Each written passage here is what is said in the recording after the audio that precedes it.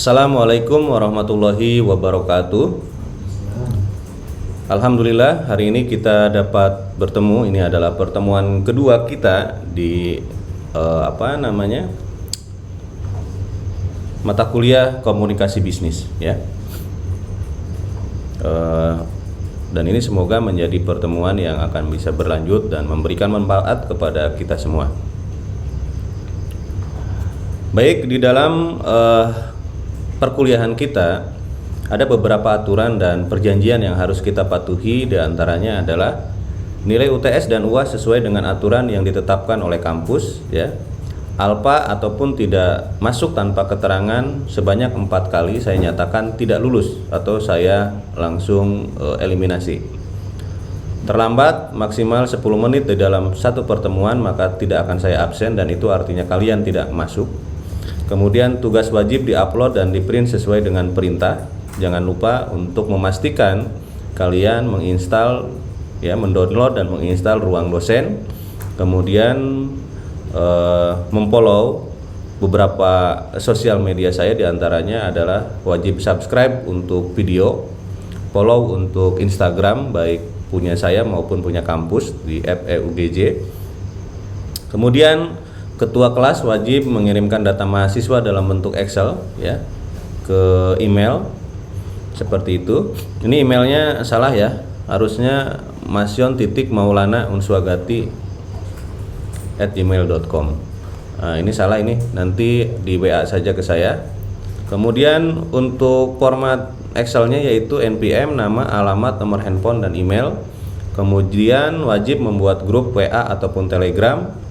Dan wajib pada setiap pribadi kalian masing-masing menggunakan akun Google ya, karena ini terkait dengan masalah tugas kita yang akan datang. Jadi itu harap dimengerti dan dipatuhi oleh semuanya. Ingat, untuk email ini salah ya, untuk email salah, nanti kalian boleh tanya di grup. Ini sudah tidak digunakan lagi karena server Unswagati sudah tidak bisa digunakan lagi yang untuk emailnya. Untuk referensi, teman-teman bisa mengambil buku Pak Joko Purwanto ya, ini penerbit Erlangga. Kemudian Ketut Sutrisna ya dari penerbit Andi. Jangan lupa kalian memastikan sekali lagi untuk memfollow Instagram masyon77 dan @eugj ya, atau masyon.maulana saat ini. Oke, kita langsung masuk ke dalam materi inti. Sebelum kita mempelajari bab-bab berikutnya, maka yang paling penting dari pertemuan kedua kita ini adalah mengerti dan paham terkait dengan masalah teori dasarnya. Tadi kita berbicara mengenai komunikasi bisnis. Apa sih komunikasi itu gitu ya? Itu adalah suatu proses pertukaran informasi antara individu melalui suatu sistem yang biasa atau yang lazim, baik dengan simbol, sinyal, ataupun perilaku dan tindakan ya. Adalah suatu proses pengiriman dan penerimaan pesan menurut Bope. Nah, secara umum komunikasi paling tidak melibatkan 2 orang atau lebih.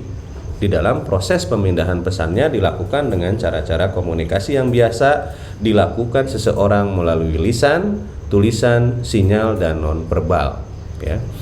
Nah, ini pentingnya sebuah komunikasi di dalam sebuah hubungan, organisasi, dan kelompok akan mengantarkan kesuksesan tujuan sebuah organisasi maupun perusahaan. Bahkan beberapa orang mengatakan kunci keberhasilan dari sebuah tujuan itu adalah terjalinnya komunikasi yang baik yang bisa dimengerti antara satu dengan yang lainnya. Nanti kita akan bicara beberapa pengalaman yang pernah saya alami terkait dengan kegagalan dan keberhasilan dari persoalan komunikasi.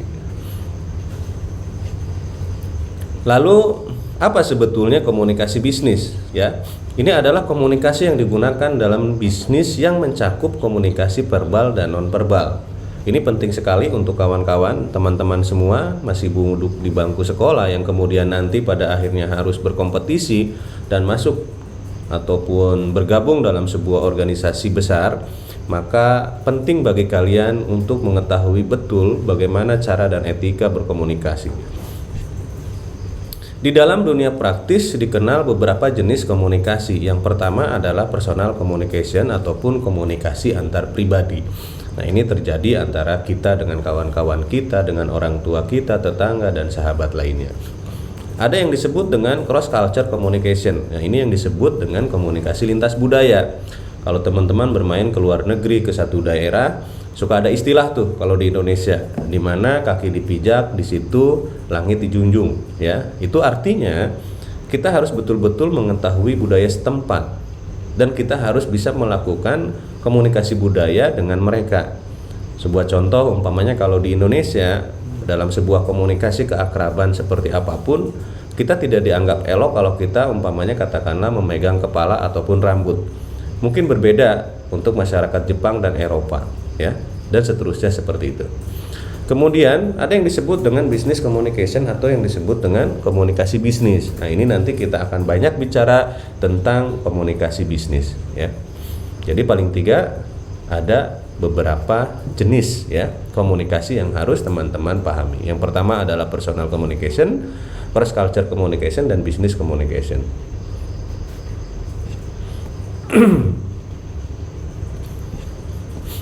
Nah, ini adalah perbedaan komunikasi pribadi dengan bisnis. Ya, kalau kita lihat di sini tabel 1 perbedaan antara komunikasi antar pribadi dan komunikasi bisnis. Yang pertama ini dari sisi uraian, katakanlah berorientasi tujuan. Kalau komunikasi antar pribadi tentunya ini adalah untuk menyampaikan kepentingan pribadi. Tetapi kalau komunikasi bisnis tentunya adalah kepentingan bisnis. Lalu di dalam pokok bahasan, komunikasi pribadi pasti akan menjadi masalah pribadi. Tetapi di dalam komunikasi bisnis, pokok bahasan itu adalah masalah bisnis. Bahasa yang digunakan kalau antar pribadi tentunya informal ataupun campuran. Sementara di dalam bisnis itu formal ataupun baku, bahkan terstandar. Untuk format penulisan, kalau antar pribadi tidak ada standar, fleksibilitas, mau ngapain juga sah-sah aja. Tetapi kalau di perusahaan itu nggak bisa. Ada standar-standar yang harus diikuti. Kemudian dari sisi gaya penulisan, sama, kalau antar pribadi tidak standar, kalau di perusahaan sudah pasti memiliki standar. Untuk kertas yang digunakan, kalau antar pribadi nggak ada ataupun jaranglah yang menggunakan kop surat. Tetapi kalau di komunikasi bisnis pasti menggunakan kop surat. Untuk stempel, kalau komunikasi antar pribadi ya tentu tanpa stempel, dan kalau di perusahaan sudah pasti menggunakan. Kalau contoh, biasanya kalau di antar pribadi adalah surat keluarga. Kalau di komunikasi adalah surat bisnis. Contoh kecilnya adalah apa? KTP, KK. Nah, itu contoh daripada surat, ya. Kalau umpamanya komunikasi bisnis ataupun di perusahaan, surat bisnis itu banyak, akte perusahaan, perjanjian, dan lain sebagainya. Ya, jadi hal-hal dasar seperti ini harus kawan-kawan pahami dan bisa mengerti, sehingga nanti pada saat bergabung di dalam sebuah organisasi, kalian sudah lagi memahami dan mampu membedakan mana sebetulnya yang masuk ke dalam kategori pribadi dan mana yang masuk ke dalam kategori bisnis, ya. Lalu seperti apa sebetulnya bentuk dasar komunikasi? Tadi sudah dikatakan bahwa ada yang verbal dan ada yang non verbal, ya. Verbal itu seperti menulis, membaca, berbicara, dan mendengar, ya. Bahkan di dalam beberapa buku dan salah satunya yang dalam kita pelajari ini, ternyata komunikasi verbal itu memiliki bobot 9%, membaca 16, ya, berbicara 30, dan mendengar 45%. Nah, tentu saja ini merupakan dibagi di dalam dua bagian, yaitu si pengirim pesan dan si penerima pesan, seperti itu. Lalu nonverbal itu seperti apa? Nonverbal itu adalah gestur, ya. Gestur itu kalau di bahasa kita apa ya? Ya gestur itu sikap, bahasa tubuh gitu ya, bahasa tubuh gestur itu. Jadi kalau umpamanya teman-teman melihat, sederhananya adalah para pembaca berita itu mereka harus mampu menampilkan gestur. Contoh, umpamanya dia menyampaikan tentang bencana alam, tentu gesturnya itu harus sedih, ya. Kemudian kalau umpamanya dia memberitakan tentang keberhasilan, ya, katakanlah seorang atlet, nah tentu dia harus menyampaikan dengan penuh semangat, dengan sukacita, dan lain sebagainya, ya.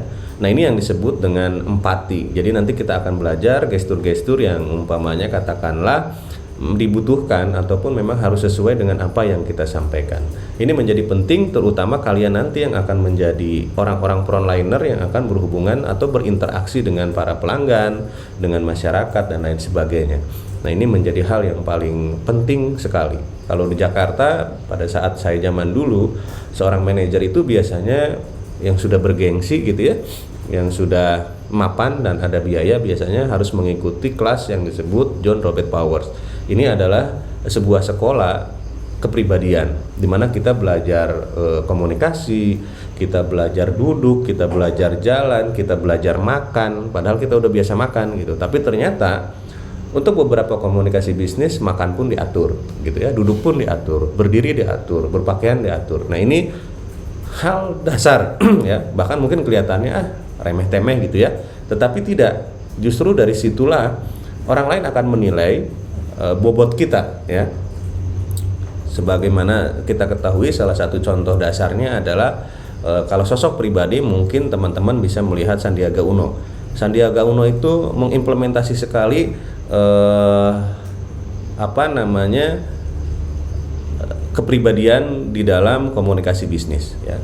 Kalau kita lihat di beberapa debat presiden itu, perhatikan kalau dia dari duduk ke berdiri pasti dia akan melepas dan dia pada saat duduk dia melepas kancing, dan pada saat berdiri dia memasang kancing jasnya. Nah, itu adalah salah satu komunikasi ya nonverbal yang memang diatur sedemikian rupa sehingga terlihat baik gitu, dan itulah yang disebut dengan kepribadian. Lalu bentuk dasar komunikasi ya, tadi kan ada verbal. Salah satu contoh umpamanya pada saat teman-teman mengeratkan gigi tuh kayak gitu ya. Nah, itu biasanya sih disimbolkan bahwa orang tersebut sedang marah kayak gitu. Kayak semacam mengerutkan dahi, itu biasanya dia sedang berpikir dan lain sebagainya. Membuang muka biasanya menyimbolkan bahwa dia tidak menyukai sesuatu atau seseorang. Menggelengkan kepala itu artinya menolak ataupun tidak mengerti gitu ya. Menganggukkan itu artinya setuju dan sebagainya ya. Jadi walaupun demikian, ini adalah menjadi hal-hal yang sangat penting untuk bisa diketahui ya. Simbol dilarang merokok yang terpasang di ruang tamu itu menunjukkan bahwa tamu itu dilarang merokok. Ruang tunggu sebuah bank tempat duduk ya, untuk menunjukkan bahwa para nasabah akan dilayani dengan cepat dan tanpa harus menunggu lama. Ini beberapa bentuk dasar komunikasi yang ada di sekitaran kita. Jadi teman-teman harus paham betul ini dan jangan sampai salah gitu ya pada saat umpamanya nanti berhadapan dengan pimpinan ataupun dalam forum sebuah diskusi. Ini harus tepat nih antara gestur dengan yang kalian sampaikan gitu ya. Kayak begitu. Nanti kita akan sama-sama belajar bagaimana kalian bisa menyampaikan sebuah pesan beserta dengan gestur yang kalian tampilkan. Tentunya di dalam sebuah tugas yang akan kita laksanakan di pertemuan berikutnya. Bentuk dasar komunikasi yang lainnya ya, yang nonverbal tadi saya sudah sampaikan bahwa tujuan komunikasi nonverbal itu kalau menurut si Bob dalam Excellent in Business Communication yaitu mempunyai 6 tujuan. Yang paling tidak, 1, memberikan informasi. Kemudian yang kedua, mengatur alur suatu percakapan. Yang ketiga, mengekspresikan emosi. Yang keempat, memberi sifat, melengkap, menentang dan mengembangkan pesan verbal. Kemudian yang kelima, mengendalikan atau mempengaruhi orang lain. Dan yang keenam, mempermudah tugas khusus. Misalnya memberi contoh mengayunkan tongkat, golep yang benar dan baik tentunya. Jadi paling 3 menurut si Bob itu ada 6 ya. Jadi nonverbal ini walaupun dia tidak bicara, tidak bersuara, tetapi kita bisa mengerti pada saat pimpinan katakanlah menunjuk sesuatu, oh itu perintah gitu ya. Saya ingin sampaikan pada saat saya salah satu pernah membaca sebuah media, saya lupa cuman media sosial atau media informasi berita pada zaman Pak Soeharto itu. Pada saat itu kebetulan sedang terjadi kenaikan harga cabai di masyarakat. Kemudian Pak Harto itu bukan Pak Harto, ibunya ya, istrinya Ibu Tin itu menyampaikan keluh kesahnya ke Pak Harto bahwa Pak, ini petani masyarakat kasihan, sekarang harga sedang naik, apakah bisa distabilkan? Maka keesokan harinya dalam cerita tersebut gitu ya, Pak Harto memanggil Menteri Pertanian. Beliau tidak berbicara. pada saat Menteri Pertanian sampai ke dalam ruangannya, Pak Harto itu hanya menaruh pot pohon cabai di depannya. Dan menteri tersebut bisa paham tanpa menjawab basa-basi dengan bahasa-bahasa lainnya. Beliau bicara bahwa baik Bapak, akan segera kami stabilkan harga cabai di masyarakat. Nah, ini adalah komunikasi nonverbal. Ya, yang seperti kita tahu bahwa Presiden Soeharto ini memang memiliki gestur komunikasi yang sangat luar biasa, bahkan dia dijuluki oleh dunia sebagai smiling man gitu kan, orang yang memerintahkan dengan senyum, tetapi orang semua bisa takut, bisa paham dan bisa mengerti. Walaupun sebagian cerita dari kesuksesan beliau tentu banyak yang disampaikan juga dari sisi-sisi negatifnya, karena manusia memang tidak ada yang sempurna tentunya. Nah, hal-hal inilah yang teman-teman nanti harus pahami gitu. Pada saat teman-teman menjadi seorang staff, itu tentu gestur akan berbeda pada saat teman-teman menjadi seorang manajer. Ini jangan disamain gitu ya. Apalagi yang cewek-cewek pada jadi staff bolehlah pecicilan gitu kan. Seperti burung emprit gitu ya. Tetapi pada saat nanti kalian menjadi seorang manajer sudah nggak bisa lagi. Sikap kalian tuh harus elegan ya. Komunikasi kalian harus rapi. Kayak gitu ya, kalau dipanggil jangan belingsatan, pelan gitu. Nanti kita akan belajar bagaimana membesarkan diri, bagaimana menghargai diri, dan bagaimana memewahkan diri sehingga first impression orang lain terhadap kita bahwa oke, kita adalah orang yang berkualitas ya, seperti itu. Nah, ini menurut si Bob dalam buku Business Communication Today. Jadi ada 6E di dalam komunikasi yang terdiri dari 6 tahap. Yang tahap pertama adalah ya, pengirim mempunyai gagasan, yang kemudian pengirim merubah ide menjadi pesan, dan setelah itu pesan itu dikirim melalui saluran dan media. Lalu tahap 4, penerima menerima pesan. Kemudian penerima menafsirkan pesan, dan tahap 5, penerima mengirimkan ide dan pesan.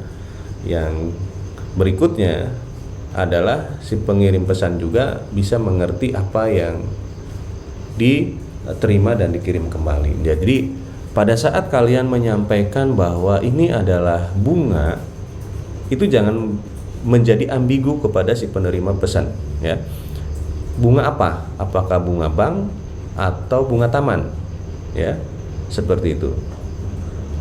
Jadi jangan sampai membuat multitafsir ya, karena komunikasi yang membuat multitafsir seringkali itu akan menjadi persoalan tersendiri. Walaupun sama-sama kita tahu di lapangan, terutama di dalam bahasa komunikasi politik, ini banyak sekali seperti itu ya, karena memang politik berbeda tujuan ya, seperti itu. Nah, pada saat kita berkomunikasi sering muncul masalah-masalah. Apa sebetulnya yang muncul? Salah satunya adalah masalah dalam mengembangkan pesan, yaitu satu, karena adanya keraguan isi pesan, asing dengan situasi yang ada, bertentangan dengan emosi, dan sulit mengekspresikan ide.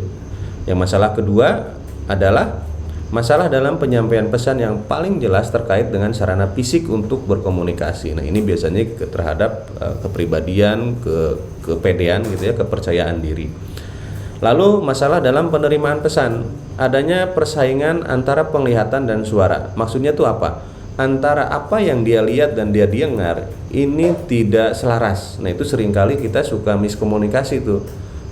Biasanya kalau kita sedang, contoh sederhana, kita ngetik diajak ngobrol. Nah, itu seringkali nggak fokus, karena mata kita kemana, pendengaran kita kemana.